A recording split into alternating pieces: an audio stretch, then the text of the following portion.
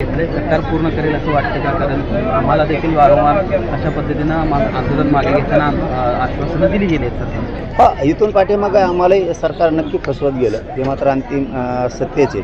परंतु आत्ताच्या काळात थोडासा विश्वास म्हणतो मी याच्यासाठी बसलं की त्यांनी चांगली प्रक्रिया यावेळेस आंदोलनात सुरू केली. GR काढणं, शिंदे समितीला मुदत वाढ देणं, 58 लाख नोंदीचे प्रमाणपत्र वाटप करण्यासाठी आदेश देणं, व्हॅलिट्या रोखू नका हे पण सांगितलं आहे त्यांनी. हैदराबाद गॅझेटियरनुसार प्रमाणपत्र देण्यासाठी SOP त्यांनी दिली, आदेश पण खाली दिले. बलिदान गेलेल्या कुटुंबांचा विषयसुद्धा मार्गी काढत गेले.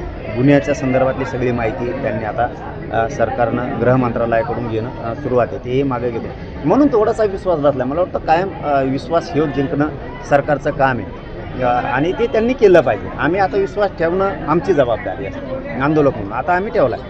याचा अर्थ असा नाही आहे की तुम्ही वाटोळं जरी केलं तरी आम्ही शांत बसूया, हे तुमचा गैरसमज असू शकतो सरकार म्हणून. मी त्यातला नाही आहे. एखादी गोष्ट दिली आणि मग नुसतंच तुमचं आभार मानत राहणार, उदं करत राहणार. नक्की तुमचं उदं करणार, नक्की तुम्ही केलेल्या कामाचं श्रेय नक्की तुम्हाला देणार, पण फसवलं तर सोडणार सुद्धा नाही आहे, हे मात्र लक्षात ठेवायचं. कारण तुम्हाला जर कायम मराठा समाजाचा चेहऱ्यावरती आनंद ठेवायचा असेल तर तुम्ही केलेली कामं हे तुम्हाला कायमस्वरूपी टिकून ठेवावे लागणार आहे. नसतं आंदोलन करण्यापेक्षा तुम्ही जर आता याच्याशी काही दगाफटका केला या मागण्याशी, तर आंदोलन करण्यापेक्षा 29ची तयारी करू, आम्ही 100% पाडणार नव्हतो असं म्हणतो मी. याच्यासाठी बसलं की त्यांनी चांगली प्रक्रिया यावेळेस आंदोलनात सुरू केली. GR काढणं, शिंदे समितीला मुदत वाढ देणं, 58 लाख नोंदीचे प्रमाणपत्र वाटप करण्यासाठी आदेश देणं, व्हॅलिट्या रोखू नका हे पण सांगितलंय त्यांनी.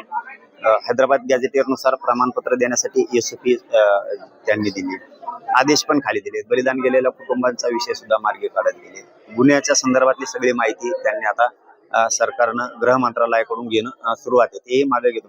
म्हणून थोडासा विश्वास बसला. मला वाटतं कायम विश्वास हे जिंकणं सरकारचं काम आहे आणि ते त्यांनी केलं पाहिजे. आम्ही आता विश्वास ठेवणं आमची जबाबदारी असते आंदोलक म्हणून. आता आम्ही ठेवलाय. याचा अर्थ असा नाहीये की तुम्ही वाटोळं जरी केलं तरी आम्ही शांत बसूया, हे तुमचा गैरसमज असू शकतो सरकार म्हणून. मी त्यातला नाहीये. एखादी गोष्ट दिली आणि मग नुसतंच तुमचं आभार मानत राहणार, उदं करत राहणार. नक्की तुमचं उदं करणार, नक्की तुम्ही केलेल्या कामाचं श्रेय नक्की तुम्हाला देणार, पण फसवलं तर सोडणार सुद्धा नाहीये, हे मात्र लक्षात ठेवायचं. कारण तुम्हाला जर कायम मराठा समाजाचा चेहऱ्यावरती आनंद ठेवायचा असेल तर तुम्ही केलेले कामं हे तुम्हाला कायमस्वरूपी टिकून ठेवावे लागणार आहे. नसतं आंदोलन करण्यापेक्षा तुम्ही जर आता याच्याशी काही दगाफटका केला या मागण्याशी, तर आंदोलन करण्यापेक्षा 29ची तयारी करू, आम्ही 100% पाडणार नव्हतो.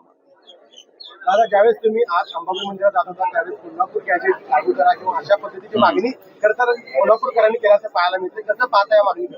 काय असतं, प्रत्येक वेळेस आपल्यावरतीच अन्याय झालेला असतो आणि ज्यावेळेस अन्याय लोकांच्या लक्षात येतो की आपल्यावरती हसून अन्याय होतो. जसं की आता भाविकांनी रस्त्यानं जाताना बऱ्याच जणांनी असं म्हणले की आपलं कोल्हापूरचं गॅजेट लागलंच पाहिजे, सातारा संस्थांचं सुद्धा लागलंच पाहिजे.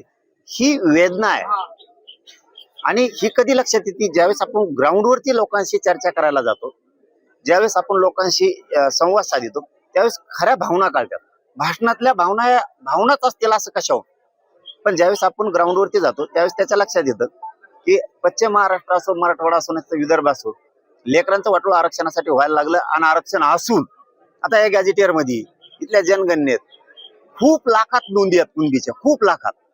मग ते असून जर अगोदरच दिले असते तर आतापर्यंत कल्याण झालं असतं. त्यांना असं वाटतं की हे जर लागू झालं तर आपल्या लेकरा बाळाचं कल्याण होईल आणि त्यांच्या लेकरा बाळासाठीच लढतोय. कोल्हापूर सातारा संस्थांचं गॅझेटियर 100% लागू होणार, फक्त लोकांनी एकजूट राहावं.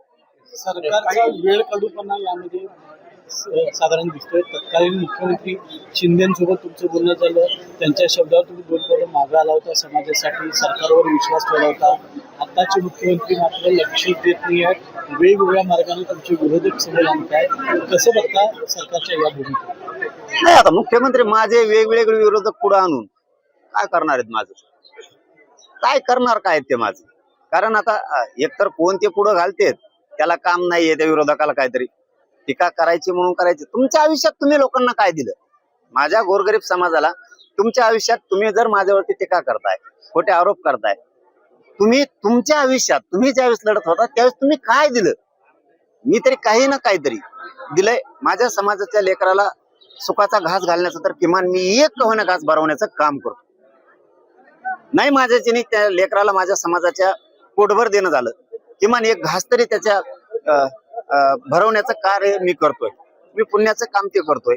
आणि हे करत असताना जर तुम्ही आपलेच असून जर मला विरोधात जाणार असलात, टीका करणार असतात, तर लाज वाटते की तुम्ही आमच्या समाजाचे म्हणायचे सुद्धा लाज वाटते. कारण आपण लढायचं असतं. नाही मिळालं तरी चालन, पण आपण लढलं पाहिजे. येस, प्रत्येकच वेळेस येईल असं नाहीये. काही वेळेस येईल, काही वेळेस येणार नाही, पण आपण लढत राहिलं पाहिजे. या भूमिकेत समाज म्हणून आपण असलं पाहिजे. तुम्ही त्यांच्यावरती टीका, माझ्यावरती टीका करणार त्यांचं ऐकून मी थांबणारच नाहीये ना. समाजाच्या लेकराला मला अधिकारी साहेब म्हणून बघायचं आणि ते मी बघणार आहे. तुम्ही कितीही आटापिटा केला, माझ्या विरोधात कितीही टीका केली तरी मी थांबत नाहीये. आणि माझ्या मराठा समाजाला चांगलं कळतंय, इतकं प्रामाणिक जर काम करतोय तर आपण त्याच्या पाठीशी राहिलं पाहिजे. माझं फक्त मुख्यमंत्र्यांनाच आव्हान आहे, तुम्ही असले जर करत असलात तर छक्केपंजे करू नका. कारण तुमच्या हाताला मी कधीही लागणार नाही. उलट माझ्या नादी लागल्यामुळं तुमचा कधी न होणारा ते देवारा होईल. तुमचं न होणारं ते वाटोळं माझ्या हातातून होईल. त्याच्यामुळे मुख्यमंत्र्यांनी विनाकारण माझ्या नादी लागू नका. आता जी स्टेप घेतली तुम्ही विखे पाटलाच्या माध्यमातून, प्रसाद लाड साहेबाच्या माध्यमातून, त्या स्टेपनच चलून तुम्ही जे आता कामं करायला लागलात आणि गरिबांचे मन जिंकायला लागलात, हेच मन जिंकण्याचं काम मुख्यमंत्री साहेबांनी करावं. याच्या पाठीमागे शिंदे साहेबांनी केलं, त्याच पद्धतीनं तुम्ही सुद्धा पुढच्या काळात करावं. आमचं तुमचं वैर मुख्यमंत्री नाहीये. तुम्ही विनाकारण मराठा समाजाची गोरगरिबाची वैर म्हणून वागू नये, ही माझी आई अंबाबाईच्या या पवित्र भूमीतून मुख्यमंत्र्यांना सांगणं आहे. आमचं तुमचं वैर नाहीये, पण विनाकारण मराठ्यावर अन्याय करून वैर घेऊ नका. आता जर तुम्ही काम केलं नाही तर मराठ्याचा रोष भयानक अवघड असणार आहे, हे मात्र मुख्यमंत्र्यांनी लक्षात ठेवावं. पण काम करून मराठ्यांचे मन जिंकावेत, हेही माझं मुख्यमंत्र्यांना वय काम करा. मराठ्यांचं मन जिंका. राजकारणाची आम्हाला गरज नाही. आयुष्यभर माझा तुम्हीच करा राजकारणात, आम्हाला त्याशी देणं घेणं नाही. धन्यवाद. इतके वेळा तुम्ही आंदोलन केलं, इतके वेळा मागण्या केल्या, रस्त्यावरती उतरून लढायची, मात्र तरी पण हे देवेंद्र फडणवीस याकडे लक्ष द्यायला पाहायला मिळत नाही. नुसती आश्वासनं देत आहे. नाही, मी वटणीवर आणतो. त्यांनी आश्वासन मला 3 वर्षापासून देत राहिले. आधी शिंदे साहेब, आता हे मी वटणीवर आणतो.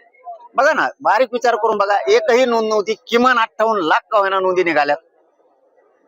त्याचे प्रमाणपत्र वाटप सुरू आहे.